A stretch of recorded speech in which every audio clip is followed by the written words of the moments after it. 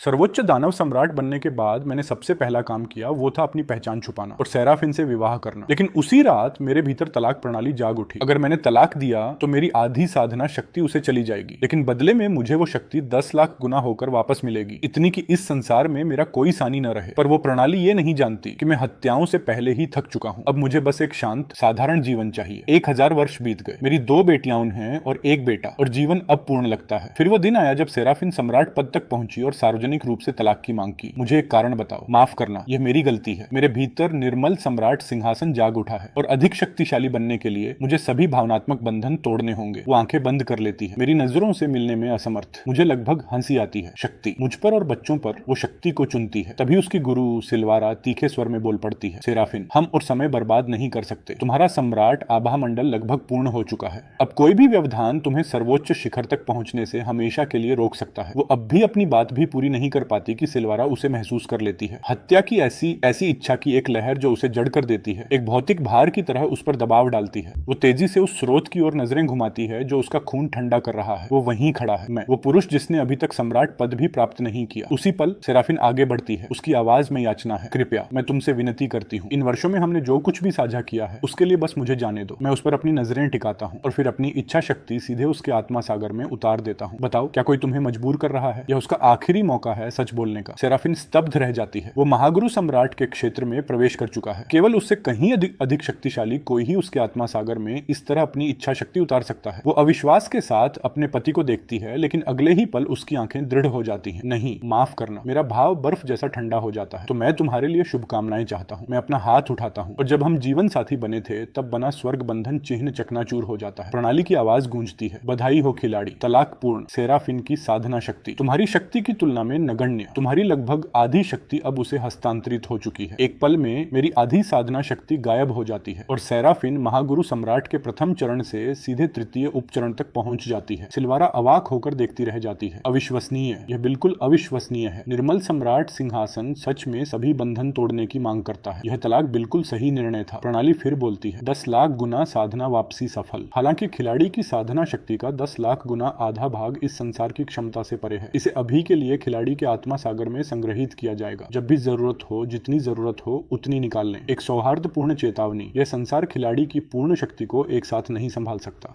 पूर्ण रूप से प्रकट करने से वास्तविकता टुकड़ों में बिखर जाएगी, इसलिए सावधान रहें। ध्यान रखें कि इस ग्रह पर जीवित हर प्राणी को अनजाने में नष्ट न कर दें। मैं प्रणाली की सूचना को देखता रहता हूँ।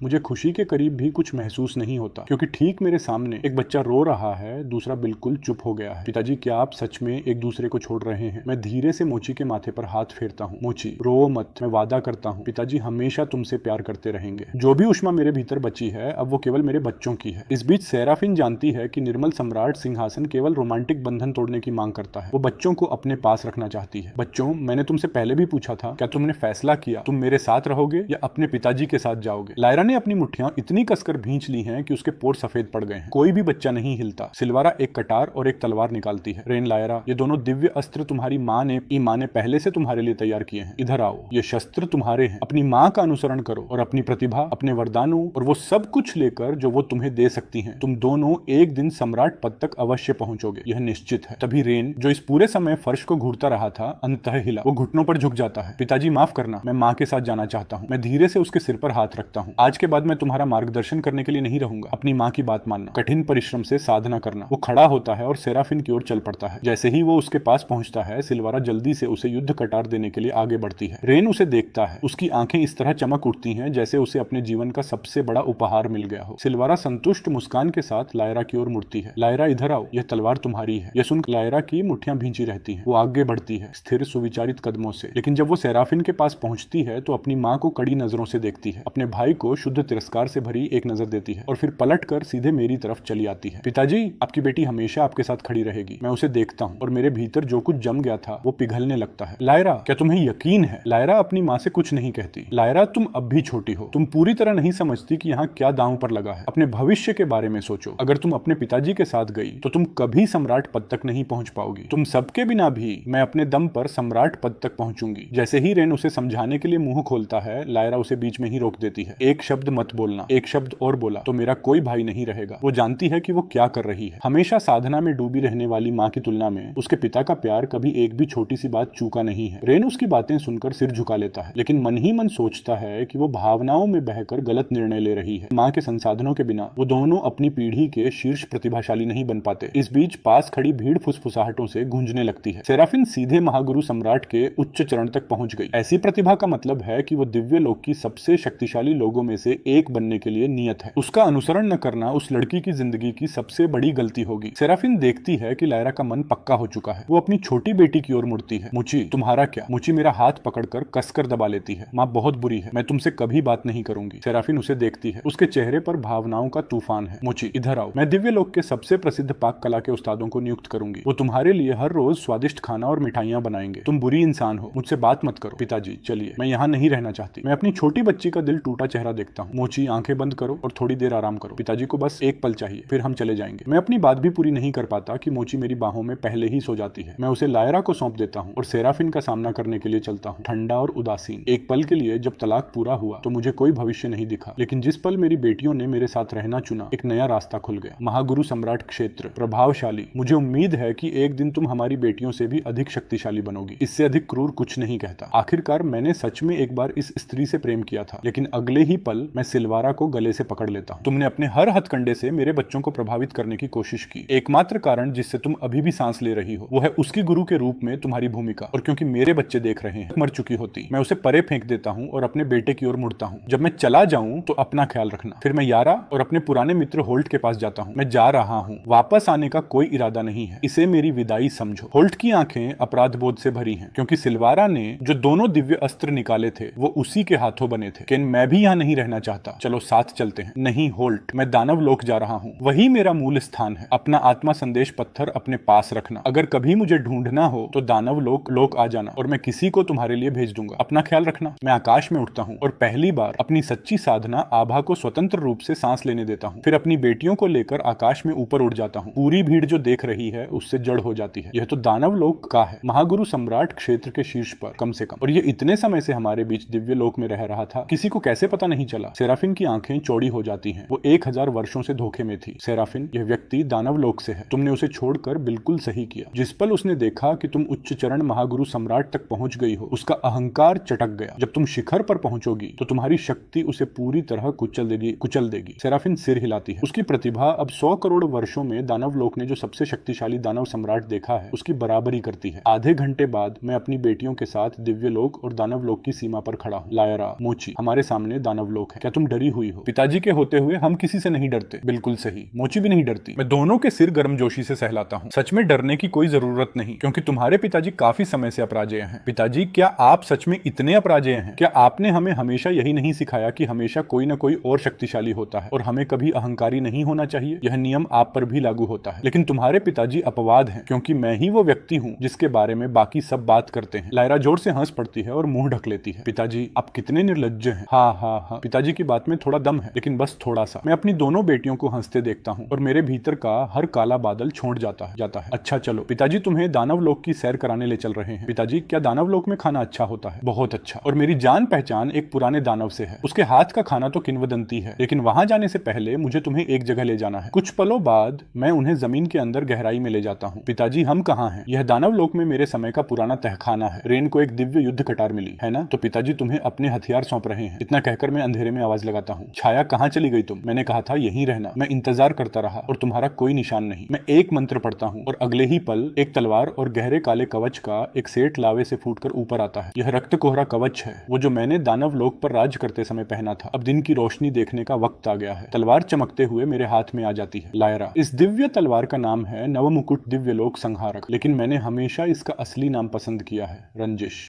आज से यह तुम्हारी है। फिर मैं तलवार की ओर मुड़ता हूँ। रंजिश, यह मेरी बेटी है, मेरी सबसे प्रिय। आज से इसकी अच्छी तरह सेवा करना, समझे? तलवार गुनगुनाती है जैसे सहमति में हो। तो लायरा, इसे लो। पिताजी, मैं नहीं ले सकती, यह बहुत कीमती है और मेरी साधना इस जैसी तलवार के लिए अभी काफी मजबूत नहीं है। वो महसूस कर सकती है। इस तलवार की आभा उसके भाई की कटार से 1000 गुना से भी अधिक शक्तिशाली है। लायरा, इस सब की चिंता मत करो। तुम्हारी रगों में मेरा खून बहता है। इस पूरे संसार में ऐसा कुछ भी नहीं जिसकी तुम हकदार ना हो। केवल वो चीजें हो सकती हैं जो तुम नहीं चाहती। लायरा हंस देती है। पिताजी, यह बात थोड़ी अच्छी लगी, लेकिन फिर भी तभी मुझे थोड़ी हंसी आई। तो फिर इसकी आदत डाल लो, क्योंकि अब जब हम दानव लोक में हैं तो शायद मुझे अपना तौर तरीका बदलना पड़ सकता है। यह जगह निर्मम है। दिव्य लोक की सामाजिक शिष्टाचार जैसी यहाँ कोई बात नहीं। यहाँ केवल एक ही चीज मायने रखती है कि कौन सबसे जोर से मारता है। यही कानून है। इसलिए पिताजी को यह सुनिश्चित करना है कि तुम दोनों पूरी तरह सुसज्जित हो। मैं तलवार लायरा के हाथों में थमा देता हूँ, फिर मोची की ओर मुड़ता हूँ। मोची, पिताजी के पास तुम्हारे लिए भी कुछ खास है। कवच अचानक सिकुड़ता है और उसकी तरफ तैरने लगता है। पिताजी, क्या यह मेरे लिए है? लेकिन यह थोड़ा बदसूरत लग रहा है। जैसे ही बदसूरत शब्द निकलता है, कवच सच में कांप उठता है। मैं हंसी रोक लेता हूँ। रक्त कोहरा कवच, सुना तुमने? मेरी बेटी को तुम्हारा रूप पसंद नहीं आया। अपने आप को बदलो, एक ऐसा रूप लो जो बच्चे को पसंद आए। अगले ही पल भयावह और रौबदार रक्त कोहरा कवच कुछ प्यारा और मनमोहक बन जाता है। मोची तुरंत उस पर मोहित हो जाती है। मैं कवच को अंगूठा दिखाता हूँ। मोची, अब पसंद आया? बहुत पसंद आया। अच्छा, अब इसे एक नया नाम दो। तुम इससे बात कर सकती हो, इसका रंग बदल सकती हो, इसे अदृश्य, छोटा या बड़ा कर सकती हो, जो चाहो वो। वाह, यह सब कर सकता है। ठीक है, मुझे नाम सोचने दो। वो अपनी उंगली चबाती है, फिर खिल उठती है। मिल गया, मैं इसे डोनट कहूंगी। जैसे ही वो यह कहती है, रक्त कोहरा कवच आहत गरिमा के साथ सिसकने लगता है। मैं तुरंत उसे एक हाथ से थपथपाता हूँ। अरे सुना, अब तुम्हारा नाम डोनट है। कवच जल्दी से जवाब देता है, जैसे सहमत हो। लगता है यही ठीक है। लायरा बिल्कुल चुप हो जाती है। मैं लावे में वापस हाथ डालकर साधना के लिए विभिन्न दानव क्रिस्टल निकालता हूँ। जाने की तैयारी करते हुए मैं सोचता रहता हूँ कि छाया कहाँ भाग गई। मैंने उसे इस तहखाने की रखवाली का आदेश दिया था। मैंने योजना बनाई थी कि वो मेरी बेटियों की देखभाल करे, लेकिन वो कहीं नहीं मिली। हम भूमिगत तहखाने से निकलते हैं और मैं अपनी बेटियों को छायावन नगर लाता हूँ। यहाँ एक पुराने परिचित की साधना धर्मशाला है और इसकी ऊर्जा मेरी बेटियों के लिए बिल्कुल उपयुक्त लगती है। छायावन नगर की सड़कों पर लायरा हैरानी से चारों ओर देखती है। पिताजी, यह शहर मेरी कल्पना जैसा बिल्कुल नहीं है। मुझे लगा था यहाँ अराजकता होगी। लेकिन तभी लायरा अचानक आकाश की ओर देखकर चिल्लाती है, पिताजी देखो, ऊपर लोग लड़ रहे हैं। ऊंचे आकाश में क्रूर मुस्कान लिए पुरुषों का एक झुंड एक लाल पोशाक में एक स्त्री को घेरे हुए है। इसे हम जाने नहीं देंगे। आज रात मजा आने वाला है। मजा बाद में, पहले यह देखो कि वो क्या लेकर चल रही है। हालांकि दिखने में भी कमाल है। पिताजी, वो लोग उसे निशाना बना रहे हैं, तो क्या तुम उसकी मदद करना चाहती हो? मैं पहले से जानता हूँ मेरी बेटी इस तरह की बात को नजरअंदाज नहीं कर सकती। शायद मुझे दखल नहीं देना चाहिए। ज्यादा मत सोचो। दानव लोक में लड़ाई आम बात है, लेकिन मैं अभी भी दिव्य लोक की तकनीकों पर चल रहा हूँ। क्या हो अगर बीच में कूदने से पूरी भीड़ मेरे खिलाफ हो जाए? मैं बिल्कुल निश्चिंत दिखता हूँ। जितने भी आए पिताजी संभाल लेंगे। जो करना हो करो, किसी बात की चिंता मत करो। लायरा को बस इतना ही सुनना था। पिताजी, मैं जा रही हूँ। जाओ, उस नई तलवार को असली परीक्षा दो। लायरा एक पल में गायब होती है और लाल पोशाक वाली स्त्री के पास प्रकट हो जाती है। मैं आ गई। वो तलवार घुमाती है और रोशनी की एक चमक में हमलावरों में से एक मरकर गिर जाता है। बचे हुए चारों तुरंत तन जाते हैं, खासकर जब वो लायरा के हाथ में तलवार देखते हैं। लाल पोशाक वाली स्त्री की उम्मीद एक पल में ही खत्म हो जाती है। एक पल पहले वो राहत महसूस कर रही थी, लेकिन अब वो जानती है कि कुछ भी मुफ्त नहीं मिलता। इस बीच लायरा अपने हाथ में तलवार को देखकर पूरी तरह हैरान रह जाती है। यह उसकी कटार जैसे ही वर्ग का हथियार है, फिर भी एक हल्के से वार ने एक जान ले ली। सुनो सब, दिव्य लोक की एक बाहरी महिला दानव लोक में घुसी है और हमारे एक साथी को मार डाला है और उसके पास 10वीं श्रेणी की तलवार है। सब मिलकर उसे गिराओ और तलवार उसे मिलेगी तो उसे हासिल करे। इससे पहले कि ये शब्द हवा में घुले, दानव लोक के लड़ाकों की एक लहर चारों तरफ से आ पड़ती है, लेकिन लायरा शांत रहती है और मुझे एक आत्मा संदेश भेजती है, तैयार हो? तैयार हूँ। जितनी जोर से चाहो मारो। मुझे उसकी सुरक्षा की कोई चिंता नहीं, क्योंकि यहाँ की हर एक चीज मेरे नियंत्रण में है। तो लायरा भीड़ पर टूट पड़ती है और लाल पोशाक वाली स्त्री वो पूरी तरह भूल जाती है। वो लायरा को घिरते देखती है, दो विकल्पों के बीच बंटी हुई। अभी भाग जाने का यही सबसे सही वक्त है, लेकिन एक पल की हिचकिचाहट के बाद वो दांत पीसती है, लायरा के साथ लड़ने का फैसला करती है और वापस कूद पड़ती है। मैं उस पर एक नजर डालता हूँ। बुरी नहीं है, इसमें थोड़ी शराफत है। भागी नहीं। रुको, यह लड़की किसी जानी पहचानी जैसी क्यों लग रही है? लेकिन इससे पहले कि मैं आगे सोच पाऊं, एक ठंडी शिकारी आवाज हवा को चीरती है। 10वीं श्रेणी की तलवार। आज इतना भाग्यशाली मुठभेड़ की उम्मीद नहीं थी। दोनों इसे मुझे सौंप दो। यह बुरा है। यह तो पवित्र राजा क्षेत्र का साधक है। ऐसे किसी के यहाँ होने पर वो तलवार हमारी पहुंच से पूरी तरह बाहर है। लेकिन जिस पल बूढ़े की नजरें मेरी नजरों से मिलती हैं, उसकी आवाज गले में ही अटक जाती है। गुरु सम्राट क्षेत्र, यह जूनियर अंधा था। कृपया वरिष्ठ जन आगे बढ़े। मैं अब भी जा रहा हूँ। रुको, मुझे वो अकड़ पसंद आई जो तुम्हारे अंदर एक पल पहले थी। इससे पहले कि वो जवाब दे, बूढ़ा आदमी खुद अपनी दोनों बाहें तोड़ लेता है। मैं गलत था, कृपया दया करें। ठीक है, तुम जरूरत पड़ने पर काफी समझदार हो। जान बख्शने के लिए शुक्रिया। वो गायब हो जाता है। मैं आकाश में बचे हुए लड़ाकों को आवाज लगाता हूँ, मेरी परवाह मत करो, लड़ाई जारी रखो। लायरा मन में सोचती है, तो महागुरु सम्राट क्षेत्र का पिता होना ऐसा लगता है, लेकिन उसके आसपास के लड़ाके बेवकूफ नहीं है। वो सभी एक साथ भागने की कोशिश करते हैं। मैं बस अपना हाथ उठाता हूँ और एक रोकने वाली बाधा पूरे आकाश को बंद कर देती है। नहीं, वो पूरी ताकत से बाधा पर प्रहार करते हैं, लेकिन वो एक बार भी नहीं कांपती। लायरा और लाल पोशाक वाली स्त्री काम पर लग जाती हैं। 2.5 मिनट बाद लायरा पर टूट पड़ने वाला हर एक लड़ाका मर चुका है। लायरा दौड़कर मेरे पास आती है। पिताजी, यह तलवार मुझे बिल्कुल सही लगती है। मैं सिर हिलाता हूँ।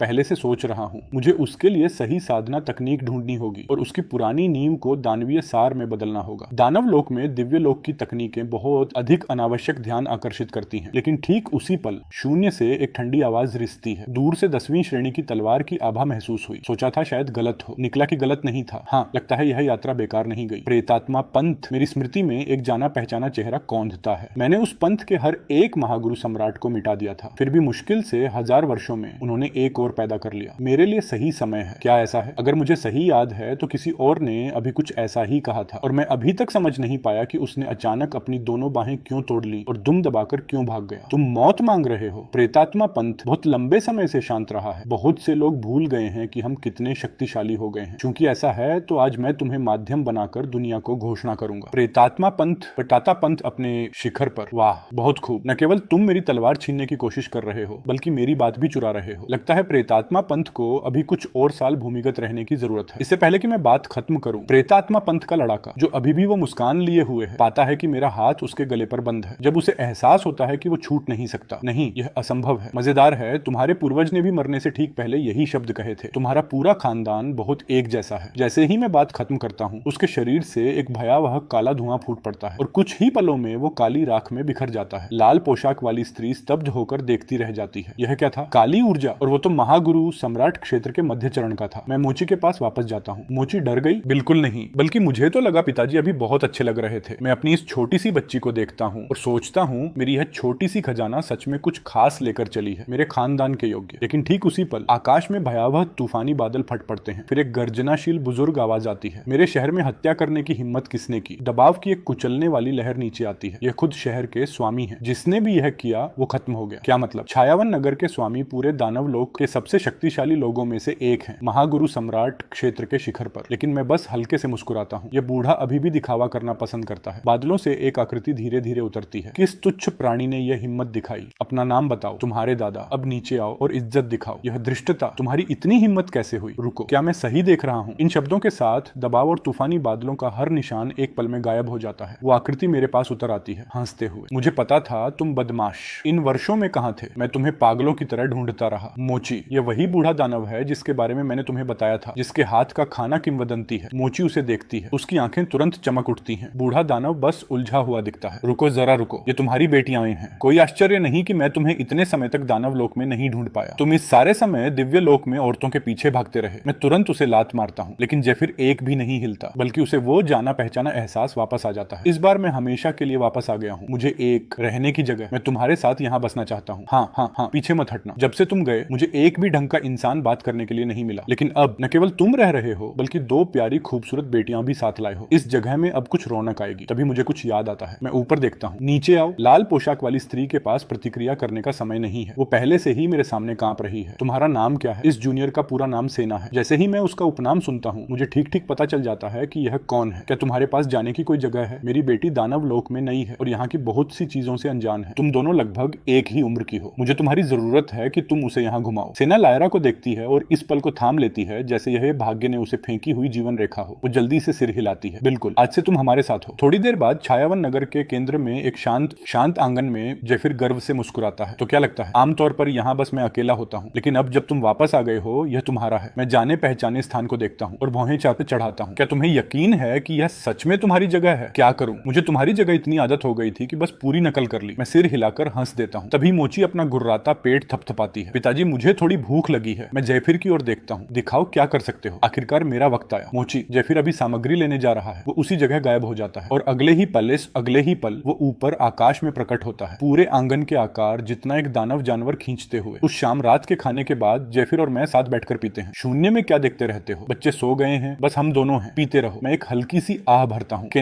हम एक दूसरे को 10,000 वर्षों से जानते हैं। मुझे पता चल जाता है जब तुम कुछ बोझ उठाए हो तो इन दोनों की माँ तुम्हारे साथ क्यों नहीं आई। मैं उसकी ओर एक नजर डालता हूँ और कुछ नहीं कहता। ठीक है, भूल जाओ, बस पीते हैं। आज रात हम तब तक पीते हैं जब तक हो सके, लेकिन मुझे एहसास होता है कि मुझे सच में किसी से यह जोर से कहना है। मैं एक सांस लेता हूँ। उनकी माँ ने मुझे तलाक दे दिया। जेफिर जम जाता है। एक औरत तुम्हें तलाक कैसे दे सकती है? मैं उसे सब कुछ बताता हूँ जो अभी हुआ। जब मैं खत्म करता हूँ तो मुझे सीने पर से एक बोझ उठता महसूस होता है, लेकिन जेफिर चुप हो जाता है। उस औरत से बड़ा मूर्ख कोई नहीं। उसे पता ही नहीं कि उसने क्या खो दिया। फिर जेफिर झुककर पास आता है। लेकिन काल्पनिक रूप से अगर वो औरत कभी एहसास करे कि वो गलत थी, तो क्या तुम उसे माफ कर सकते हो? वो तुम्हारे बच्चों की माँ है आखिरकार। मैं उसे स्थिर नजरों से देखता हूँ। तुम मुझे सबसे अच्छे से जानते हो। यह सवाल तुम्हारी तरफ से कभी नहीं आना चाहिए था। सही कहा, मैं हर हाल में तुम्हारे साथ हूँ। फिर जेफिर एक चालाक मुस्कान लाता है। हम दोनों के बीच की बात है। यहाँ एक इंसान हर साल तुम्हें ढूंढने आती थी, खासकर फ्रोस्ट। उसने 1000 वर्षों तक दानव लोक छान मारा। सुना है वो तुम्हें ढूंढने दिव्य लोक भी गई, लेकिन गलती से दानव लोक की साधक के रूप में उसकी पहचान उजागर हो गई।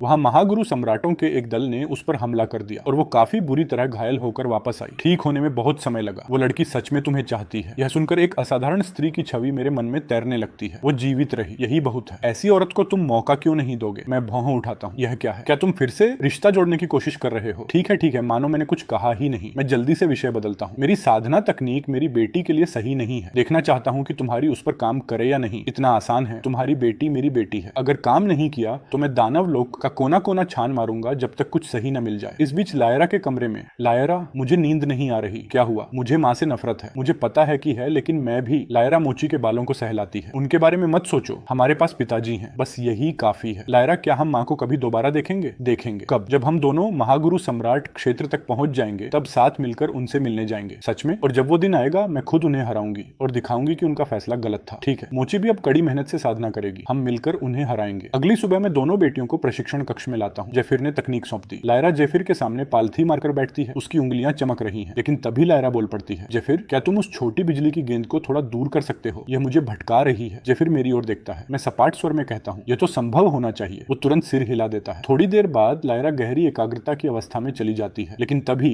सबसे अप्रत्याशित इंसान, मोची, जिसने कभी साधना में कोई दिलचस्पी नहीं दिखाई, अचानक बोलती है, पिताजी, मैं भी साधना करना चाहती हूँ। मैं उसे हैरानी से देखता हूँ। जेफिर, मोची को भी एक बार आजमाने दो। वो सिर हिलाता है। तकनीक सौंपने के बाद जेफिर एक अजीब भाव के साथ मेरी ओर मुड़ता है। लायरा की स्थिति मुझे सच में फ्रॉस्ट की याद दिलाती है। अभी उसके स्तर तक नहीं पहुंची, लेकिन वो मानसिक अवरोध एक ही समस्या है और मैं उसके बारे में कुछ नहीं कर सकता। जानते हो, उस वक्त तुमने फ्रॉस्ट को ठुकराने का कारण ठीक यही व्यक्तित्व था, है ना? और अब तुम्हारी बेटी बिल्कुल उसी जैसी है। तुम सच में, बस करो। कल मैं तुमसे कुछ पूछना भूल गया था। क्या तुमने इन वर्षों में छाया को कहीं देखा? वास्तव में देखा, क्योंकि उसने मेरा सबसे अच्छा हथियार थंडरस्मोक ब्लेड चुरा लिया। मैं रोकने से पहले ही शर्म से लाल हो जाता हूँ और फिर कुछ नहीं। साफ कह देता हूँ, तुम्हें मेरा थंडरस्मोक ब्लेड वापस दिलाना है और वो जानवर तुम्हारा बंधित प्राणी है, लेकिन मुझे अभी नहीं पता वो कहाँ है। बंधन? जब मैं गया तब मैंने उसका आधा बंधन तोड़ दिया था। जेफिर चुप हो जाता है। 2.5 मिनट बीत जाते हैं। लायरा आंखें खोलती है। पिताजी, ये तकनीक अच्छी लगती है, लेकिन कुछ थोड़ा सा गलत महसूस हो रहा है और मैं समझ नहीं पा रही। मैं उसके सिर पर हाथ रखता हूँ और ध्यान से महसूस करता हूँ। एक पल बाद, यह तकनीक तुम्हारे साथ लगभग 90% संगत है, बस पूरी तरह सही नहीं है। कोई बात नहीं पिताजी, तुम्हारे लिए कुछ बेहतर ढूंढेंगे। लेकिन तभी, पिताजी, मोची जो कर रही है, क्या वो सच में काम कर रहा है? जेफिर की आंखें चौड़ी हो जाती हैं। हे भगवान, मैंने अपनी पूरी जिंदगी में कभी किसी को पहली ही बार में इस तरह का परिणाम निकालते नहीं देखा। पिताजी, क्या मैं कुछ प्रभावशाली कर रही हूँ? हाँ, जब मैंने पहली बार शुरू किया था उससे कहीं अधिक प्रभावशाली।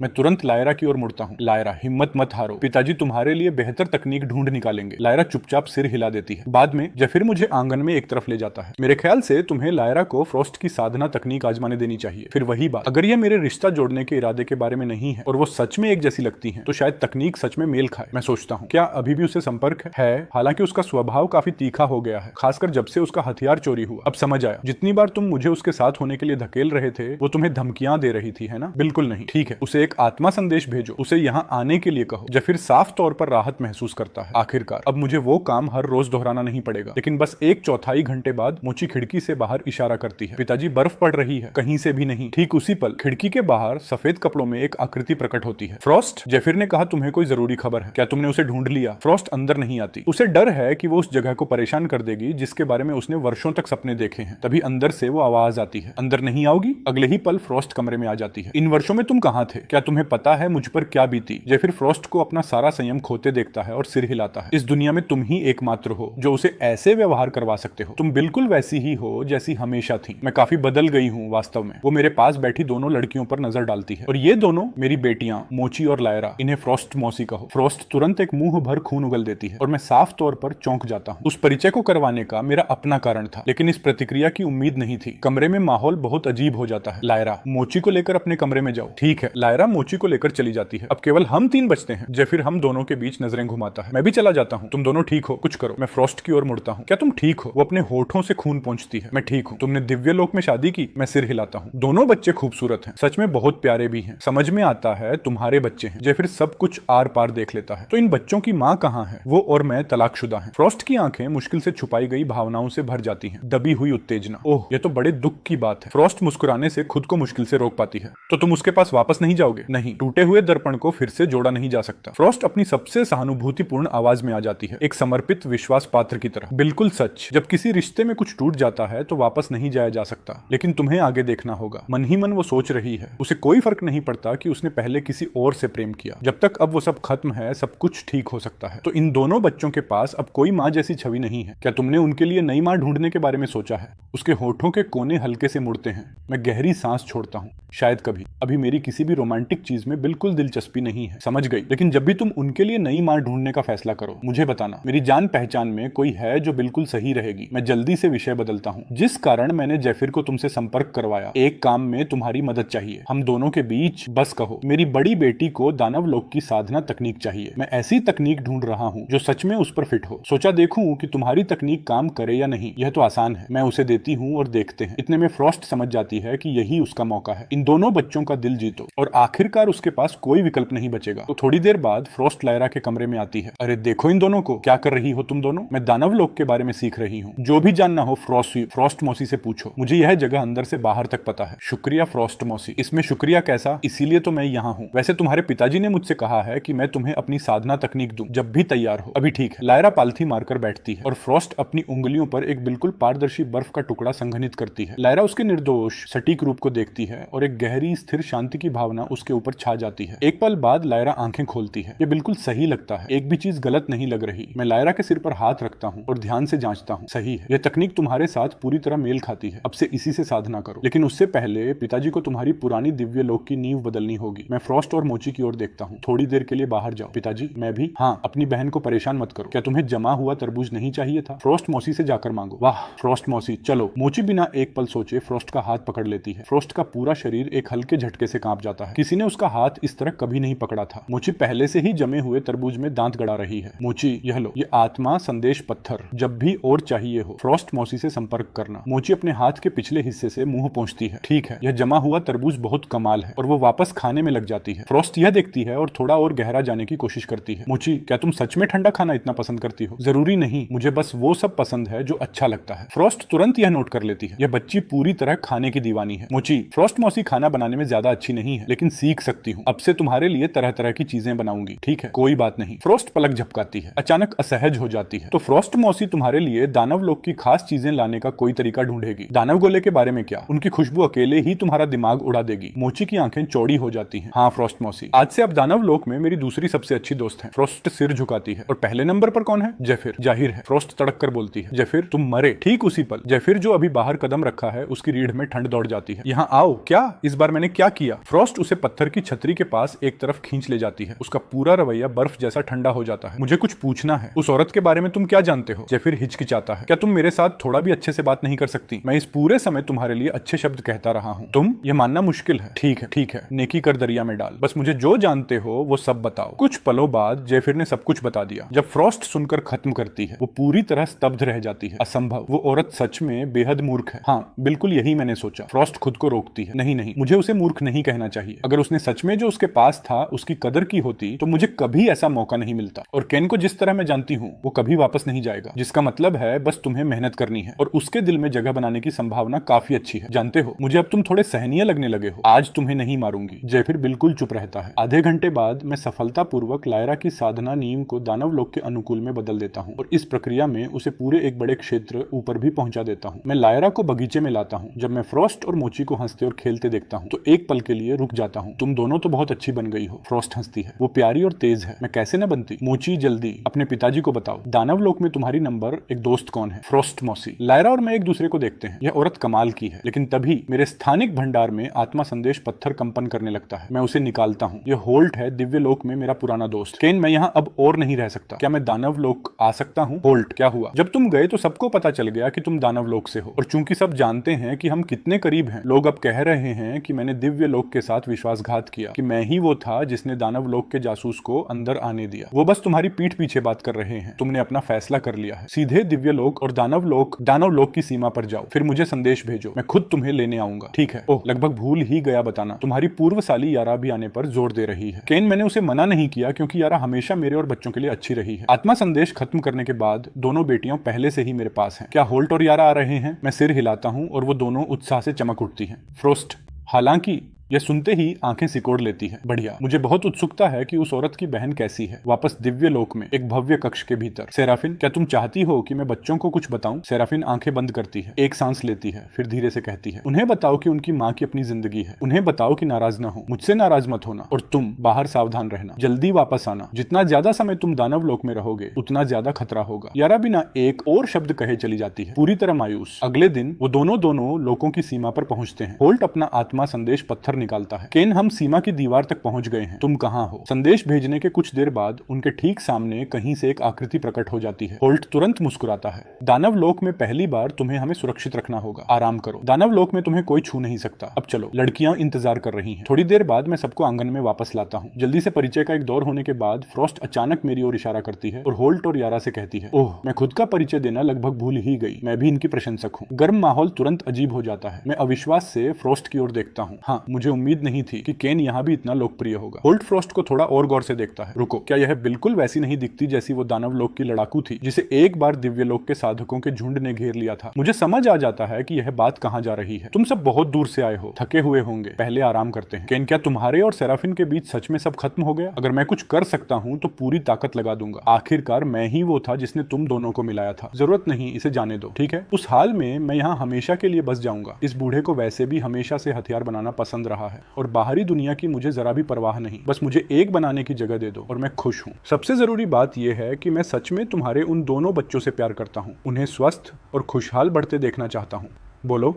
होल्ट की आंखों में दुख की एक लहर गुजरती है, फिर वो नजरें फेर लेता है। जो मैं पहले से जानता हूँ उसके अनुसार होल्ट की एक बेटी थी, वो बहुत छोटी उम्र में गुजर गई। ठीक है, मैं किसी से तुम्हारे लिए एक बनाने का कमरा तैयार करवाऊंगा। तुम दानव लोक में नए हो, मैं सुनिश्चित करूंगा कि तुम्हारा अच्छा ख्याल रखा जाए। होल्ट हंसता है। मैं बस तुम्हारा फायदा नहीं उठा सकता। जब भी कुछ बनवाना हो बस मेरे पास आ जाना, मैं मुफ्त में करूंगा। मैं मुस्कुराता हूँ। ठीक है, और तुम खुद भी ध्यान रखना, मैं जरूर उस मुफ्त मजदूरी का फायदा उठाऊंगा। एक पल बाद मैं गलियारे में कदम रखता हूँ और ठीक उसी वक्त यारा लायरा के कमरे से बाहर निकलती है। केन, क्या मैं तुमसे अकेले में बात कर सकती हूँ? मैं रुकता हूँ, फिर मान जाता हूँ। हम बगीचे की ओर बढ़ते हैं, लेकिन फ्रॉस्ट पूरी बात देख लेती है और जेफिर की ओर मुड़ती है। उसकी बहन उससे पहले ही अलग हो चुकी है, फिर भी यह उसे वैसे ही क्यों बुला रही है और अकेले में उसके साथ क्यों जा रही है? क्या उसे नहीं पता यह कैसा दिखता है? इसमें बड़ी बात क्या है? वो उसे बरसों से ऐसे ही बुलाती आई है, इससे कुछ फर्क नहीं। बस जाओ यहाँ से। तुम किसके पक्ष में हो? जेफिर को ठंडा पसीना आ जाता है। तुम सुनना ही नहीं चाहती, इसलिए मैं चुप हो जाता हूँ। पिछले बगीचे में मैं यारा को देखता हूँ, अपनी पूर्व को। मुझे पहले से काफी अंदाजा है कि वो क्या कहने वाली है, और सच में यारा अचानक पूरे 90 डिग्री झुक जाती है। केन, मैं माफी मांगती हूँ अपनी बहन की तरफ से। मैं एक लंबी आह भरता हूँ। मुझे पता है उसकी नीयत अच्छी है। उठो, तुमने कुछ गलत नहीं किया। मेरी परवरिश सेराफिन ने की, इसलिए मैं किसी से भी बेहतर जानता हूँ कि शक्ति उसके लिए कितना मायने रखती है। बस मैंने कभी नहीं सोचा था कि नौबत यहाँ तक आएगी। ठीक है, बस करो,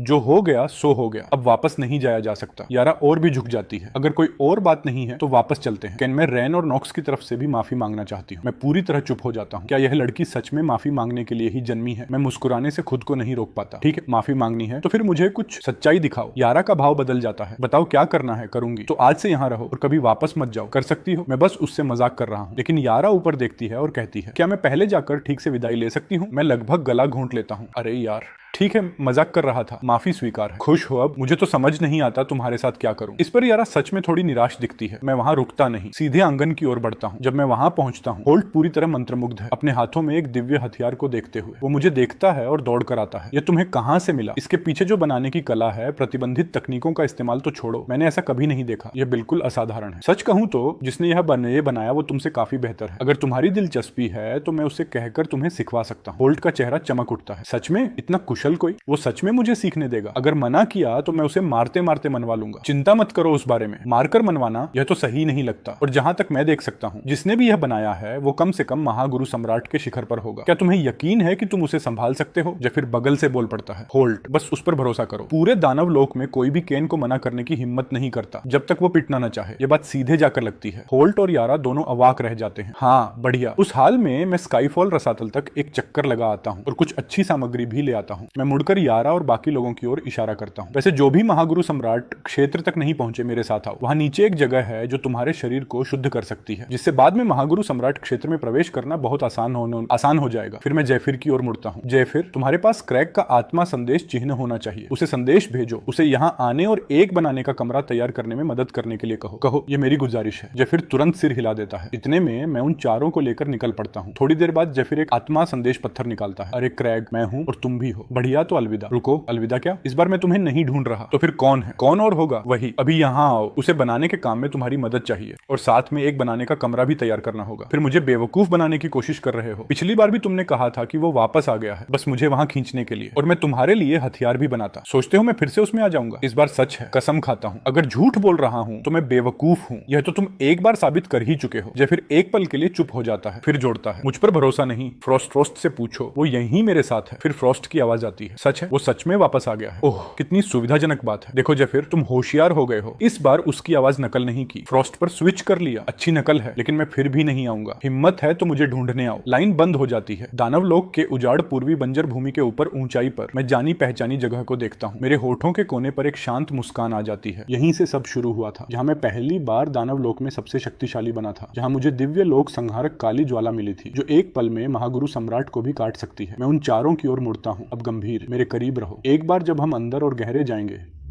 तो मेरी ऊर्जा बाधा के बाहर कदम मत रखना। वहां की दानवीय ज्वालाएं तुम्हें निगल जाएंगी। मैं लायरा को एक तरफ खींचता हूँ। लायरा, अपनी छोटी बहन पर नजर रखना, उसे भागने मत देना। मोची तुरंत बोल पड़ती है, चिंता मत करो, मैं अच्छी रहूंगी। चारों में से सेना सबसे अच्छी तरह जानती है कि स्काईफॉल रसातल सच में कितना भयावह है। यहाँ कई शीर्ष महागुरु सम्राटों ने अपना अंत पाया है। बिना एक और शब्द कहे मैं चारों को एकत्र करता हूँ और हम बिजली की तरह नीचे की ओर लपकते हैं, सीधे नीचे गोता लगाते हुए। यह लोग क्या कर रहे हैं? सीधे स्काईफॉल रसातल के केंद्र में उड़ रहे हैं। क्या इनका दिमाग खराब हो गया है? लेकिन मैं एक पल के लिए भी धीमा नहीं पड़ता, बिल्कुल भी नहीं, बल्कि मैं और तेज हो जाता हूँ। पलक झपकते मैं सबको लगभग 3 मील गहरे नीचे ले आता हूँ। ठीक यहाँ मैं अपना हाथ फैलाता हूँ और एक विशाल प्रकाश ढाल 30 फुट के दायरे में पूरे क्षेत्र को ढक लेती है। यहाँ साधना करो और इसका पूरा फायदा उठाओ। मैं और गहरे जाकर सामग्री ढूंढता हूँ। इस ढाल के बाहर कदम मत रखना। भले ही कोई पास में आ जाए, उसे नजरअंदाज करना। चाहे वो कितना भी शक्तिशाली हो, तुम्हें छू नहीं सकता। ठीक है पिताजी। मोची इंतजार करेगी। मैं स्काई फॉल रसातल में और गहरे उतर जाता हूँ, यहाँ तक कि अपने पूर्ण शिखर पर अपनी पूरी ताकत के साथ मैं केवल 35 मील नीचे तक पहुंच सका था। अब जब मैं वापस आया हूं तो मेरा इरादा है बिल्कुल तलहटी तक जाने का और जितना हो सके उतना स्काईफॉल दिव्य सोना इकट्ठा करने का। एक पल में मैं 25 मील की गहराई पार कर लेता हूं और तभी मुझे कुछ अप्रत्याशित नजर आता है। एक स्त्री जिसे सरणी कला में असाधारण महारत है। मैं बस एक झलक देखता हूं और उसके पास से आगे निकल जाता हूं। उसी पल वो स्त्री महसूस करती है कि एक काली लकीर उसके बगल से गुजरी। असंभव, इस गहराई पर कोई इतना नीचे कैसे उड़ सकता है? एक पल बाद मैं 35 मील की गहराई पर पहुंचता हूं। पिछली बार यहीं से मैंने सारा स्काईफॉल दिव्य सोना साफ कर दिया था। अब देखते हैं कि अपनी पिछली शक्ति से दोगुनी ताकत पर मैं कितना और नीचे जा सकता हूं। 2.5 मिनट बाद मैं 45 मील की गहराई तक पहुंच जाता हूं। चक्की के पार्ट जितने 2 विशाल स्काईफॉल दिव्य सोने के टुकड़े इकट्ठा कर चुका हूं। मैं और नीचे झांकता हूं। यह रसातल शायद 50 मील के आसपास खत्म होता है। दोगुनी शक्ति कम पड़ने लगी है, लगता है तिगुनी करनी होगी। एक पल में मेरी साधना शक्ति अपने सामान्य स्तर से 3 गुना बढ़ जाती है। कच्ची शक्ति से बढ़कर कुछ नहीं। पहले वाला दबाव पूरी तरह गायब हो जाता है। एक चौथाई घंटे बाद मैं इसकी बिल्कुल तलहटी पर पहुंच जाता हूं। स्काईफॉल रसातल की बिल्कुल तलहटी पर। वहां सबसे गहरे बिंदु के केंद्र में तैरता हुआ स्काईफॉल दिव्य सोने का एक विशाल टुकड़ा है।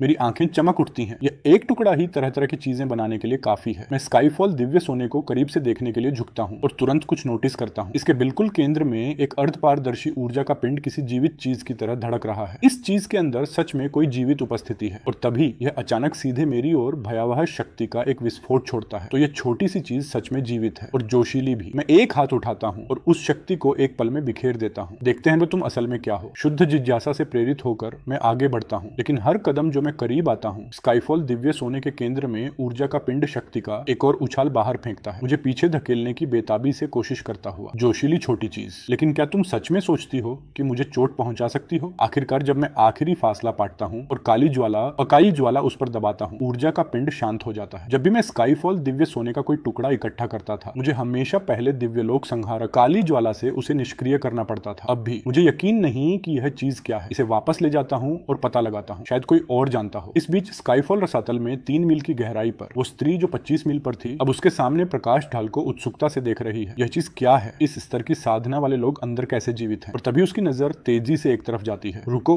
उस लड़की में जन्मजात सरणी काया है, अधिकतम सरणी प्रतिभा के साथ भी कुछ भी जन्मजात सरणी काया की बराबरी नहीं कर सकता। क्या उसने खुद यह ढाल लगाई? एक शिष्या में ऐसी प्रतिभा, वो तो सच में एक सच्ची विरासत होगी। वो यारा के पास जाने के लिए आगे बढ़ती है, लेकिन उसका भाव अचानक ठंडा और तीखा हो जाता है। रुको, उससे निकलने वाली ऊर्जा दिव्य लोक की है। जैसे ही लाल पोशाक वाली स्त्री यारा को खतरनाक नजरों से देखती है, यारा की आंखें खुल जाती हैं। वो अपने सामने खड़ी स्त्री को देखती है। क्या मैं आपकी कोई मदद कर सकती हूँ? लाल पोशाक वाली स्त्री पूरी तरह बदल जाती है। माफ करना, मैंने दिव्य लोक का कोई व्यक्ति देखा और एक पल के लिए संयम खो दिया। सच कहूँ तो मैंने अभी महसूस किया कि तुम्हारे पास जन्मजात सरणी काया है और मैं एक शिष्या लेने के बारे में सोचने से खुद को नहीं रोक सकी। क्या तुम मेरी जीवन भर की सरणी विरासत स्वीकार करने पर विचार करोगी?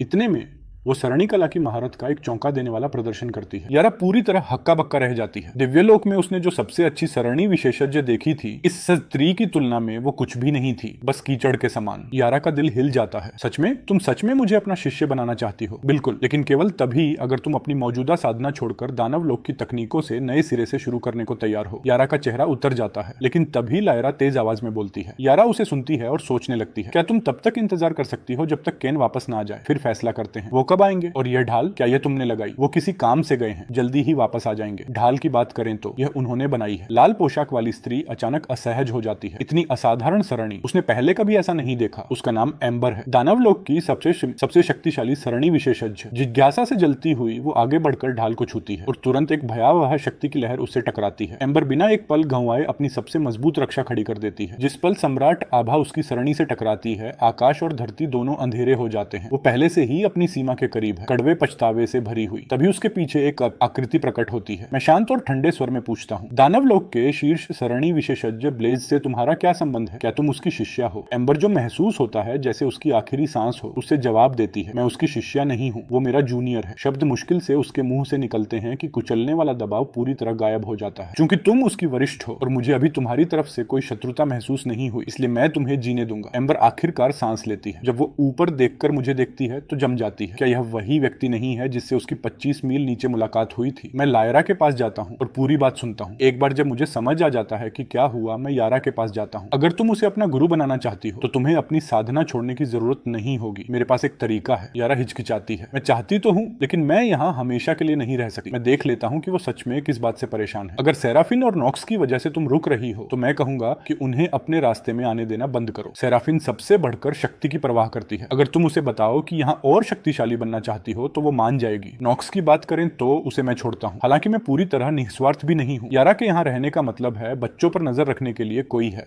थोड़ी देर सोचने के बाद यारा कहती है, मुझे सोचने दो, वापस जाने की कोई जल्दी नहीं है। इस बीच एम्बर एक तरफ सिर झुकाए खड़ी है, मन ही मन धीरे धीरे उबल रही है। यहाँ शिष्य लेने वाली मैं थी, फिर कोई मुझसे पूछता क्यों नहीं?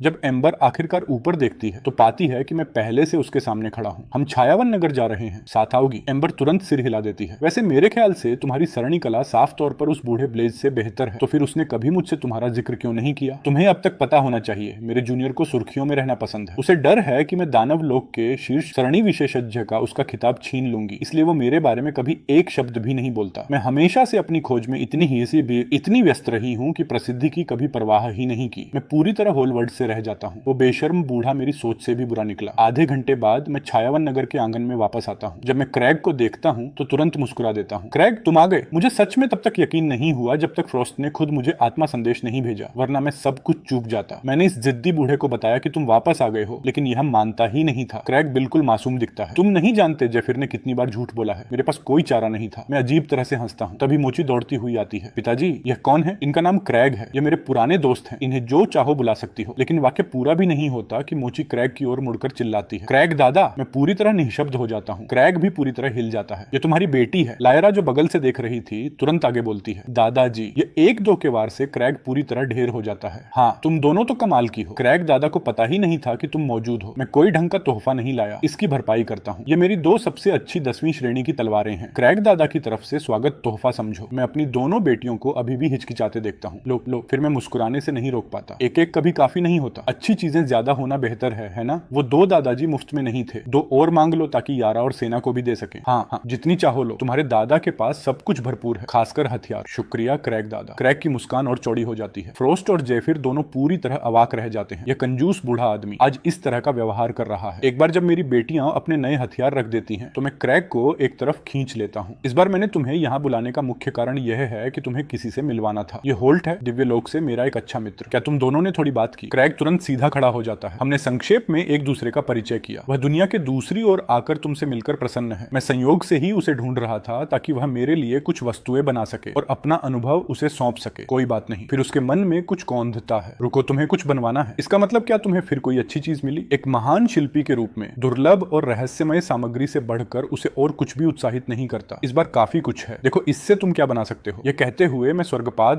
दिव्य स्वर्ण का एक एक टुकड़ा निकाल देता हूँ। आज के बाद मैं केवल अभी तक का सबसे महान शिल्पी नहीं रहूंगा, मैं इतिहास का सबसे महान शिल्पी बन जाऊंगा। एक ऐसा मानक जिसे कोई कभी पार नहीं कर सकेगा। मैं संतोष के साथ सिर हिलाता हूँ। पहले जैसा ही। पहले आकलन करो कि तुम कितनी वस्तुएं बना सकते हो, फिर मुझे नक्शे लाओ और मैं चुनाव करूंगा। फिर मैं यारा और एम्बर की तरफ बढ़ता हूँ। तुम दोनों। बात खत्म। सेराफीन, मैं यहाँ स्थायी रूप से रहना चाहती हूँ। स्वर्गपात रसातल में यारा ने अभी तक कोई निर्णय नहीं किया था, लेकिन एम्बर से बातचीत करने और मोची से 10वीं श्रेणी की तलवार पाने के बाद उसका फैसला हो चुका था। इस बीच दूसरी ओर सेराफीन धीरे से गहरी सांस लेती है और तुरंत नॉक्स को एक आत्म संदेश भेजती है। वहाँ क्या हो रहा है? वह कहीं खतरे में तो नहीं? कोई खतरा नहीं है, बल्कि बात इसके बिल्कुल उलट है। कैन की मदद से मुझे अभी एक ऐसी सफलता मिली है जो मेरे लिए सब कुछ बदल सकती है। मैंने एक जन्मजात सरणी शरीर जागृत किया है। शब्द अभी हवा में थे कि नॉक्सरेन को साथ लेकर अंदर आ जाता है। जैसे ही सभी जन्मजात सरणी शरीर के बारे में सुनते हैं, कमरे में एकदम सन्नाटा छा जाता है। क्या तुम निश्चित हो? जन्मजात सरणी शरीर? क्या यह केवल किंवदंतियों में ही नहीं सुना जाता? मुझे पूरा यकीन है। यारा उन्हें पूरी कहानी सुनाती है। सेराफीन की भौहें कोई चढ़ती जाती हैं। यह सब बहुत सुविधाजनक लग रहा है और यह महिला संयोग से उसी किसी की वरिष्ठ निकलती है जिसे वह जानता है। यह सब कैन की वजह से ही होना चाहिए और मुझे खुद भी यह हाल ही में पता चला। वह एक कड़वी मुस्कान के साथ रुक जाती है। भला कौन सोचता कि उसका पूर्व देवर ही किंवदंती वाला शाश्वत रात्रि दानव है? सम्राट, वह शिखर जिसे सेराफीन ने अपनी पूरी जिंदगी पाने के लिए तड़पती रही, वह तो बस उसकी शुरुआत भर थी। तभी नॉक्स, जिसने कभी कैन के बारे में एक भी अच्छी बात नहीं कही, बोल पड़ता है। उसमें क्या खास है? वह तो बस दानव लोक का एक शीर्ष महासम्राट है। सेराफीन एक दिन उसे पार कर लेगी। वह शाश्वत रात्रि दानव सम्राट के साथ कंधे से कंधा मिलाकर खड़ी होगी। यारा के मन में भावनाएं उलझ जाती हैं। बेहतर है कुछ न कहूं। यह सुनते ही सेराफीन का आत्मविश्वास टूट जाएगा। बस इतना ही कहूंगी कि कैन यहाँ अविश्वसनीय रूप से शक्तिशाली है। नॉक्स की रूह कांप उठती है। ठहरो यारा, क्या उस आदमी ने तुम्हारे दिमाग के साथ कुछ किया है? तुम उस पर इतना भरोसा कैसे कर सकती हो? यारा भड़क उठती है। मैं अच्छी तरह जानती हूँ कि कैन किस तरह का इंसान है और मैं बिल्कुल साफ कर देती हूँ, अगर तुमने उसके बारे में एक भी बुरा शब्द और कहा तो मेरा कोई भाई नहीं है। सेराफीन देखती है कि मामला तेजी से बिगड़ रहा है और बीच में ही काट देती है। यारा शांत हो जाओ, इसे अभी के लिए यहीं रोकते हैं, सोचो इस पर और जल्द ही फिर बात करेंगे। ये कहते हुए सेराफीन आत्म संदेश काट देती है, लेकिन यारा सब समझ जाती है। वह तुरंत होल्ट को एक संदेश भेजती है। दिव्य लोक में कुछ गड़बड़ है। होल्ट जवाब नहीं दे रहा। नॉक्स दांत भींचता है। इस सब में कुछ तो गड़बड़ है। रुको, मैं फिर कोशिश करता हूँ। शायद वह व्यस्त था। तभी रेन, जो पूरे समय चुप बैठा था, अचानक बोल उठता है। माँ, मुझे लगता है यारा ने जो कहा वह सच है। पिताजी उस तरह के इंसान नहीं है। नॉक्स उसकी तरफ मुड़ता है, आवाज धीमी। रेन, यह मत सोचो कि तुम अपने पिता को जानते हो। इससे पहले कि तुम्हारी माँ उनसे अलग हुई, क्या तुम कभी सोच सकते थे कि वह दानव लोक से हैं? रेन चुप हो जाता है, लेकिन तभी आत्म संदेश का जेड जाग उठता है। सेराफीन, इतनी जल्दी क्या है? कोई काम है? हाँ, मुझे बस एक बात की पुष्टि करनी है। मेरी बहन अचानक कह रही है कि वह वहाँ स्थायी रूप से रहना चाहती है। सेराफीन यारा से जो कुछ भी सुना था वह सब होल्ट को फिर से बताती है। क्या इसमें से कुछ भी सच है? होल्ट तुरंत भड़क उठता है। एक एक शब्द सच है। चिंता मत करो, तुम्हारा पूर्व पति यहाँ डरावनी हद तक शक्तिशाली है और कुछ अगर नहीं तो मुझे वापस जाना होगा। सेराफीन के मन में बेचैनी की लहर उठती है। होल्ट, होल्ट, क्या तुम्हें पक्का यकीन है कि तुमने जो कहा वह सब सच है? सेराफीन, यह मेरे साथ ठीक नहीं है। मैंने कब कभी तुमसे झूठ बोला है? अगर तुम मुझ पर भरोसा नहीं करते तो मुझे संदेश ही क्यों भेजते हो? यह कहते हुए होल्ट लाइन काट देता है। दूसरी तरफ सेराफीन माथे पर बल डाले खड़ी है। मैं इसे यूं ही नहीं छोड़ सकती। यारा को वापस आना ही होगा, कम से कम एक बार मिलने के लिए। नॉक्स आह भरता है। अभी जो हालात हैं उन्हें देखते हुए लगता है वह वापस नहीं आएगी। होल्ट भी तो। सेराफीन उसे बीच में काट देती है। यह जानने का एक ही तरीका है कि उसे वापस बुलाया जाए और हम खुद देखें। अगर यह सच में सच है तो उसे जाने दो। एक पहर बाद यारा मुझे अकेला ढूंढ लेती है।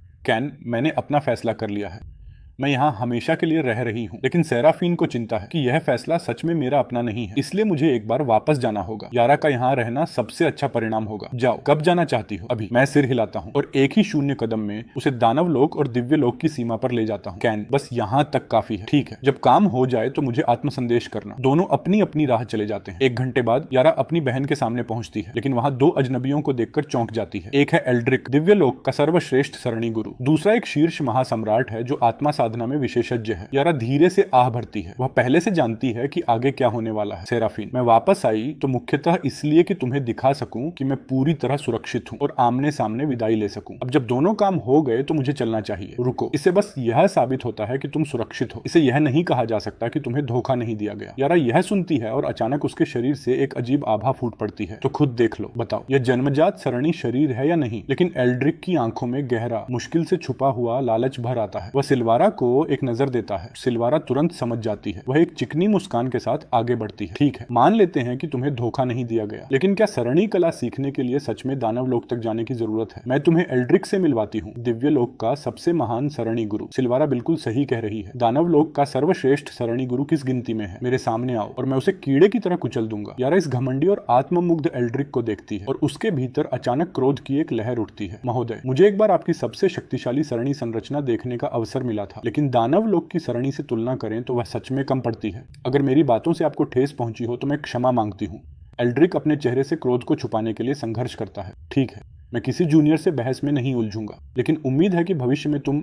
सिल्वारा महसूस करती है कि स्थिति हाथ से निकल रही है और तुरंत पैंतरा बदलती है। ठीक है, अगर तुम सच में इस फैसले पर अडिग हो तो कम से कम अपनी बहन को चैन तो दो। इस बुजुर्ग को आत्मा पठन करने दो। क्या कहती हो? यारा के पास छुपाने के लिए कुछ नहीं है। वह बिना झिझक के मान जाती है, जैसा ठीक लगे। बुजुर्ग आगे बढ़ता है और उसकी उंगली की नोक पर सुनहरी रोशनी की एक धारा घनीभूत होती है जो सीधे यारा के मन में उतर जाती है। एक पल बीतता है। वह चुपचाप सिल्वारा को एक निजी आत्म संदेश भेजता है। सिल्वारा, उसकी आत्मा बिल्कुल स्वच्छ है। सिल्वारा का चेहरा तुरंत कस जाता है। थोड़ी देर रुक कर उसकी आंखें सिकुड़ती हैं। बुजुर्ग, वही करो जो मैंने पहले कहा था। मैंने पुष्टि कर ली है। तुम्हारी बहन पर एक विशेष आत्मा हेरफेर तकनीक का प्रयोग किया गया है। उसी पल यारा सब कुछ समझ जाती है। उसे सिल्वारा ने फंसाया है। सिल्वारा जल्दी से आगे बढ़ती है। मुझे पता था कि कुछ गड़बड़ है। सेराफीन, हम यारा को दानव लोक वापस नहीं जाने दे सकते। सेराफीन की भौहें कस जाती हैं। यारा, मुझे शुरू से ही लग रहा था कि तुम्हारे साथ कुछ ठीक नहीं है। बस कुछ समय के लिए दिव्य लोक में रह जाओ, कृपया। यारा का चेहरा टूट जाता है। सेराफीन, तुम मेरा दिल तोड़ रही हो। तुम भी मुझ पर भरोसा नहीं करती। सिल्वारा तुरंत बीच में कूद पड़ती है। क्या यही तरीका है अपनी बहन से बात करने का? तुम्हें समझना होगा कि वह बस तुम्हारी भलाई चाहती है। यही यारा के लिए आखिरी सीमा थी। सिल्वारा, मैं तुमसे बहुत पहले ही किनारा कर चुकी हूँ। मेरी बहन की जुदाई में तुम्हारा पूरा हाथ था और अब तुम यहाँ आकर हम दोनों के बीच दरार डालने की कोशिश कर रही हो। तुम्हारी चाल क्या है? सिल्वारा का चेहरा एक पल में अंधेरा हो जाता है। सेराफीन, यारा को देखो, ये बस कुछ ही दिन दानव लोक में रही है और पहले से ही ऐसी हो गई है। अगर तुमने इसे वापस जाने दिया तो बाद में पछताओगी जब कुछ नहीं हो सकेगा। यारा सब कुछ उगल देती है। तुम्हारी हिम्मत कैसे हुई यह कहने की कि मेरी आत्मा का हेरफेर हुआ है? शायद तुम्हारे पूरे परिवार की हुई है। सेराफीन वहीं ठिठक कर रह जाती है, पूरी तरह हैरान। उसने यारा को कभी इस तरह नहीं देखा। यारा, क्या तुम खुद सुन रही हो अपनी बात? मैं खुद को बिल्कुल साफ सुन रही हूँ, क्योंकि मेरी जिंदगी में मैंने कभी इतने स्पष्ट दिमाग से नहीं सोचा। यारा वह तलवार निकालती है जो मोची ने उसे दी थी। अब मुझे आखिरकार समझ आया कि कैन को कैसा लगा होगा। वह तलवार की नोक सीधे सिल्वारा पर टिका देती है। शुक्र मनाओ कि मेरे पास कैन जैसी शक्ति नहीं है, वरना आज तुम्हारा आखिरी दिन होता। सिल्वारा अपना सबसे मासूम चेहरा बना लेती है। सेराफीन, तुम्हारी बहन अब पूरी तरह किसी जादू के वश में है। हमें इसे यहीं रोकना होगा। सेराफीन उस बहन को घूरती है जो अब किसी अजनबी जैसी लगती है और वह फिर से सिल्वारा पर यकीन कर लेती है। हथियार नीचे रखो, वरना जो होगा उसके लिए मुझे दोष मत देना। वे शब्द यारा को पूरी तरह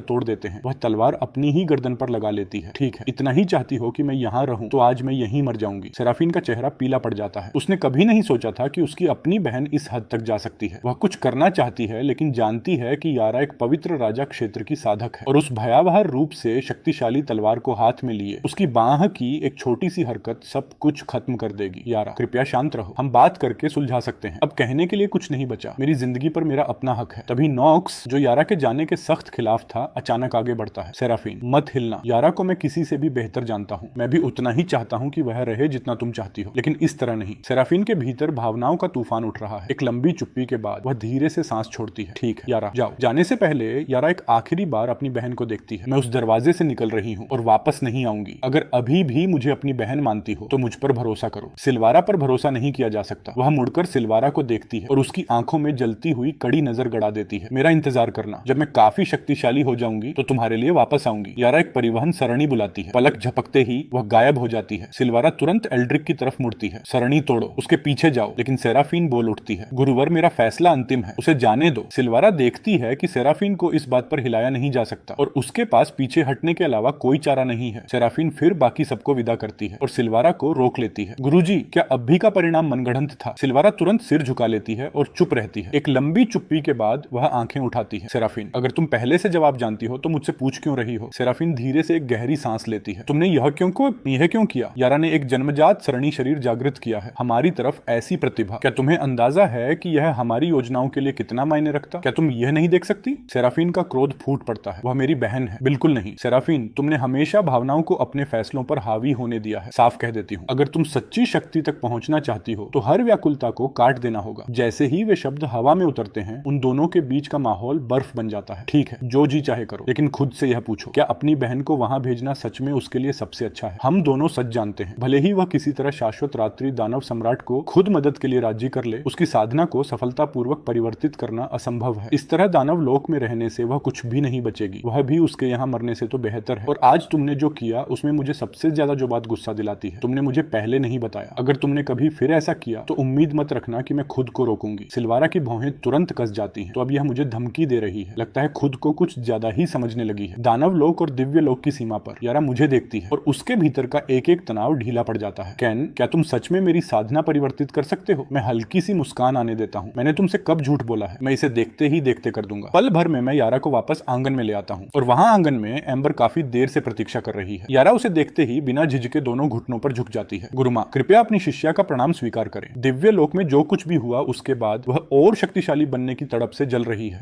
हाँ, उठो उठो। एम्बर जल्दी से यारा को उठा लेती है। मैं एम्बर के पीछे आकर उसके कंधे पर मजबूती से थपकी देता हूँ। एम्बर, आज से वह तुम्हारी जिम्मेदारी है, उसे अच्छे से सिखाओ। अगर उसने अच्छी प्रगति की तो मैं तुम्हें उदारता से पुरस्कृत करूंगा। एम्बर की रीढ़ में एक सिहरन दौड़ जाती है। उसे लगा कि यह वादे से कहीं ज्यादा चेतावनी जैसा था। इस बीच थोड़ी दूर पर फ्रॉस्ट पूरा दृश्य देखती है और अपनी पिछली दाढ़ें लगभग पीसकर चूरा कर देती है। एम्बर से काम निपटाने के बाद मैं यारा को अकेले छोटे बगीचे में ले जाता हूँ। तुम्हारी साधना अब पहले से कई गुना अधिक शक्तिशाली है। महासम्राट क्षेत्र से नीचे की सब कुछ स्वतंत्र रूप से परिवर्तित की जा सकती है। एक पहर बाद मैं सफलतापूर्वक यारा की साधना को दानव तकनीक में बदल देता हूँ। ठीक है, अब जब हो गया तो इस जगह को अपना घर समझो। अगर कोई ऐसी बात आए जो तुम खुद न संभाल सको तो मेरे पास आ जाना। यारा की आंखों में कुछ हिलोर लेता है, एक ऐसी भावना जिसे वह नाम नहीं दे पाती। मैं उसे भांप लेता हूँ और तुरंत गला खखारता हूँ। हाँ, अगर कुछ और नहीं तो मैं तुम्हें यहाँ छोड़ता हूँ। थोड़ा समय लो इस बदलाव के साथ ढलने के लिए। और यह कहते हुए मैं वहां से जितनी तेजी से हो सके निकल जाता हूँ। यारा का चेहरा पूरी तरह लाल हो जाता है, लेकिन तभी उसे नॉक्स की तरफ से एक आत्म संदेश आता है। वह हिचकिचाती है, फिर जवाब देती है। यारा, तुमने आखिरकार जवाब दिया। मैं पागल हुआ जा रहा था, मुझे बहुत डर था कि तुमने कोई मूर्खता न कर ली हो। यह सुनकर यारा के सीने में गर्माहट फैल जाती है। मैं ठीक हूँ। कैन आया और मुझे वापस ले आया। उसने मेरी साधना भी परिवर्तित कर दी। नॉक्स हैरान रह जाता है। यारा, तुम्हारी साधना पवित्र राजा क्षेत्र की है, वह भला यह कैसे कर सकता है? तुम जरूर बना रही हो। नॉक्स, एक एक शब्द सच है। कैन के बारे में तुम्हारी समझ शुरू से ही गलत रही है। वह सच में एक अच्छा इंसान है। यह सुनकर नॉक्स पूरी तरह चुप हो जाता है। यारा जानती है कि वह अभी भी पूरी तरह यकीन नहीं करता। नॉक्स, अगर तुम वादा करो कि मैं जो बताने वाली हूँ वह सेराफीन को नहीं बताओगे तो मैं तुम्हें कुछ ऐसा बताऊंगी जो तुरंत सब कुछ साफ कर देगा। क्या सेराफीन को नहीं बता सकते? ऐसा क्या है? सवाल मत पूछो, बस आकाश की शपथ लो। कहो कि अगर मैंने सेराफीन को बताया तो जिस स्त्री से मैं सबसे अधिक प्रेम करता हूँ उसका दिल कभी न जीत सकूं। नॉक्स पूरी तरह निशब्द हो जाता है। यारा, क्या तुम सच में कह रही हो? इस तरह की शपथ यूं ही नहीं ली जाती। सीधा सवाल, शपथ लोगे या नहीं? क्योंकि अगर नहीं लोगे तो मेरी बात यहीं खत्म। नॉक्स हिचकिचाता है, फिर दांत भींचकर आकाश की शपथ ले लेता है। लो, अब खुश? यारा गहरी सांस लेती है और धीरे धीरे शब्द जुटाती है। कैन दरअसल वही इंसान है जिसे तुमने हमेशा से आदर्श माना है। हाँ, वही शाश्वत रात्रि दानव सम्राट है। नॉक्स तुरंत आत्म संदेश के जड़ में जवाब दाग देता है। यारा, क्या तुम मेरे साथ मजाक कर रही हो? नॉक्स, मैंने तुमसे कब झूठ बोला है? और सोचो, क्या तुम्हें अजीब नहीं लगा कि दिव्य लोक में मैंने जो तलवार निकाली, एक उच्च श्रेणी का हथियार, वह आया कहां से? क्या तुमने कभी दिव्य लोक में ऐसा कुछ देखा है? और फिर भी उस स्तर के हथियार तो मोची और लायरा के लिए बस खिलौने हैं। नॉक्स पछतावे से बीमार पड़ जाता है। वह वहीं खड़े खड़े खुद को थप्पड़ मार लेता है। यारा, क्या कैन के मन में मेरे लिए अभी भी कोई अच्छी भावना है? मेरा मतलब है, क्या अब भी सब ठीक हो सकता है? ठीक है, जो मायने रखता है वह यह है कि तुम जानते हो कि तुम गलत थे। जब मौका मिलेगा तो मैं तुम्हारे लिए एक अच्छी बात कह दूंगी। हाँ हाँ हाँ, शुक्रिया यारा, तुम सच में मेरी सबसे पसंदीदा हो। प्यार करता हूँ। यारा अजीब तरीके से हंस देती है। जब नॉक्स अपना मुंह बंद रखता है तो वह इतना बुरा भी नहीं है। फिर नॉक्स सावधानी से एक और सवाल पूछता है। यारा, होल्ट वहाँ कैसा है? उसकी और कैन की पुरानी दोस्ती है। वह अभी तो अपनी जिंदगी के सबसे अच्छे दिन जी रहा होगा। होल्ट कैन की मदद से वह महाद्वीप का सबसे बेहतरीन शिल्प कक्ष पाने वाला है और इसके अलावा दानव लोक का सर्वश्रेष्ठ शिल्पी उसे खुद अपना ज्ञान दे रहा है। नॉक्स के मुंह में लगभग पानी आ जाता है। उसकी तो किस्मत खुल गई। नहीं थे यारा, मैं अभी जाकर सेराफिन को बता देता हूँ, मैं भी आना चाहता हूँ। बिल्कुल नहीं, अभी सही वक्त नहीं है। और दरअसल एक और वजह है जो मैं तुम्हें यह सब बता रही हूँ। सिलवारा से सावधान रहो और रेन की रक्षा करो। सिलवारा की चालें कुछ सोची समझी लगती हैं। मैं यहाँ जितनी जल्दी हो सके शक्तिशाली बनूंगी और फिर वापस आऊंगी। नॉक्स गंभीरता से सिर हिलाता है। समझ गया, रेन का और अपना ख्याल रखूंगा। अच्छा, तो अभी के लिए बस इतना ही। यारा आत्म संदेश बंद कर देती है। अगली सुबह क्रैग मुझे ढूंढता है और एक नक्शा सामने रखता है। देखो, यहाँ जो कुछ भी है वह सब स्वर्गपात दिव्य स्वर्ण से बनाया जा सकता है। 10 चुन लो। 10 इतने? अगर कवच छोड़ दें तो इससे और ज्यादा बना सकते हैं। कवच पर कोई समझौता नहीं। लायरा के लिए भी एक चाहिए। मैं नक्शा लेकर ध्यान से देखता हूँ। जब हो जाता है तो मैं क्रैग की तरफ देखता हूँ। दानव लोक में इस वक्त किस गुट के पास समय प्रकार का खजाना है? बच्चों के लिए एक लेना चाहता हूँ। तुम इसलिए पूछ रहे हो क्योंकि जानना चाहते हो कि मेरे पास है या नहीं। क्या मैंने तुम्हें उस वक्त एक समय त्वरण खजाना नहीं दिया था? 100 गुना सामान्य गति। जब मैं दानव सम्राट के महल से निकला तो वह अपने शिष्य को दे दिया। तो अभी सच में मेरे पास नहीं है। वह रुकता है, फिर कुछ उसके दिमाग में कौंधता है। हालांकि हाल ही में मैंने दानव विलो अकादमी के लिए एक विशेष समय खजाना बनाने में काफी समय लगाया, उसी जैसा जो मैंने तुम्हारे लिए उस वक्त बनाया था। लेकिन मैंने सुना है कि जब इसे उनके पवित्र अवशेष दानव प्रवाह शाखा के साथ मिलाकर इस्तेमाल किया जाए तो समय त्वरण 300 गुना सामान्य गति तक पहुंच सकता है। दिलचस्प। अफसोस की बात है, कोई और रास्ता सोचना होगा। यह कहते हुए मैं जेफिर की तरफ मुड़ता हूँ। जेफिर, मुझे याद है कि तुमने अपने कुछ शिष्यों को दानव विलो अकादमी में प्रशिक्षण के लिए भेजा था। वे सब अब तक काफी आगे बढ़ चुके होंगे। मैं सोच रहा हूँ कि अपनी दोनों बेटियों को कुछ समय के लिए वहां भेजूं। उन्हें अपने स्तर के साथियों के साथ घुलने मिलने दो। क्या लगता है तुम्हें यह सही रहेगा? इस तरह सोचने की वजह पिछली बार जो हुआ वह है, तुमने एक प्रतिभाशाली शिष्य को पूरी तरह अकेले में पाला। अंत में वह शिष्य अविश्वसनीय रूप से शक्तिशाली तो बन गया, लेकिन साथ ही ठंडा, दूरी बनाने वाला और हत्या की भावना से भीगा हुआ भी। तुम्हारा दोबारा सोचना सही है। जेफिर गंभीरता से सिर हिलाता है। दानव विलो अकादमी उनके लिए सबसे अच्छी जगह है। दानव लोक के क्रूर और खूनी क्षेत्रों जैसी कुछ नहीं। बढ़ने के लिए एक मजबूत माहौल है। ठीक है, तो दानव विलो अकादमी के प्रमुख से मुलाकात का कोई मौका निकालो। जेफिर की आंखें एक धूर्त मुस्कान के साथ सिकुड़ती हैं। वह बूढ़ा संयोग से आज रात दानव विलो अकादमी वापस जा रहा है। क्यों ना हम दोनों मिलकर उसे घेरें। मेरा मतलब उससे मिलने जाएं। मैं कुछ नहीं कहता, लेकिन वे दोनों बूढ़े लोमड़ बिना एक शब्द कहे एक जैसी धूर्त मुस्कान साझा कर लेते हैं। योजना बनने के बाद मैं एम्बर को ढूंढने जाता हूँ। मैं चाहता हूँ कि वह दानव विलो अकादमी से जोड़ने वाला एक परिवहन सरणी बनाए। इससे बच्चों के लिए आना जाना आसान हो जाएगा। उस शाम जेफिर और मैं चुपचाप दानव विलो अकादमी में दाखिल होते हैं। जेफिर एक आत्म संदेश जेड निकालता है। सोल, तुम्हारे गुरु आए हैं, आओ और रास्ता दिखाओ। 2.5 मिनट बाद एक अधेड़ उम्र का आदमी जल्दी से हमारी तरफ आता है। उसका नाम सोल है, दानव विलो अकादमी में 2 सितारा प्रशिक्षक। गुरुजी, आप आखिरकार आ गए। क्या वह बूढ़ा जल्दी वापस आ गया? अभी नहीं, लेकिन ज्यादा देर नहीं लगेगी। तो रास्ता दिखाओ, आज रात मैं उसे चुकाने वाला हूँ। जेफिर अपनी उत्तेजना मुश्किल से रोक पाता है। जब भी वह अकेला आता है वह जिद्दी बूढ़ा हमेशा उस पर भारी पड़ जाता है, लेकिन इस बार जिसे वह अपने साथ लाया है उसके सामने वह बूढ़ा कतई अकड़ नहीं दिखा सकेगा। सोल हमें चुपचाप अकादमी के द्वार से अंदर ले जाता है, लेकिन ठीक उसी पल दानव विलो अकादमी के धर्म ग्रंथ मीनार की गहराई में एक बूढ़े आदमी की आंखें एकदम खुल जाती हैं। यह वैक्स है, उप प्रमुख दानव विलो अकादमी के उप प्रधानाचार्य। बिना एक पल गंवाए वह एक आत्म संदेश जेड की तरफ हाथ बढ़ाता है। महोदय, मुझे वह व्यक्ति मिल गया जिसे आप ढूंढ रहे थे। वह जेफिर के साथ दानव विलो अकादमी में प्रकट हुआ है। अच्छा, ओ, तुम्हें पुरस्कार मिलेगा। यह व्यक्ति एकाकी दानव सम्राट है, वही जो अब दानव लोक पर शासन करता है। वह इस दिन का कितने लंबे समय से इंतजार करता रहा है। गुरुजी, आप उस वक्त कितने निर्दयी थे। बस एक पत्र छोड़ा और बिना एक शब्द कहे गायब हो गए। क्या आपको पता है कि इन सालों में मेरे लिए कैसा रहा है? उसका चेहरा कठोर हो जाता है। बस रुको, मेरी शक्ति 10 गुना से भी अधिक बढ़ चुकी है। मैं तुम्हें समझाऊंगा कि इसका क्या मतलब है। दानव विलो अकादमी के एक कमरे के अंदर जेफिर एक श्वेत केशी बुजुर्ग के साथ मुंह घूरने की लड़ाई में बंद है। यह लूना है, दानव विलो अकादमी की प्रमुख। वाह वाह जेफिर, यह मत सोचो कि इस बार उसे साथ लाने से मैं डर जाऊंगी या तुम्हारी बेतुकी मांगों पर राजी हो जाऊंगी। जेफिर मुस्कुराता है। इस बार तुम्हारे लिए मैं नहीं आया हूँ, वह आए हैं। शब्द हवा में उतरते ही मैं आगे बढ़ता हूँ। लूना, चूंकि तुम जानती हो कि मैं कौन हूँ, इसलिए मैं सीधे बात करूंगा। पहली बात, कल से मेरी बेटी प्रशिक्षण के लिए दानव विलो अकादमी आना शुरू करेगी। दूसरी बात, मेरी बेटी को तुम्हारे पवित्र अवशेष दानव प्रवाह शाखा में संग्रहित समय प्रकार के खजाने तक असीमित पहुंच मिलेगी। दोनों पर सहमत हो जाओ और बदले में मैं तुम्हारे लिए एक काम करूंगा। लूना पूरी तरह चौंक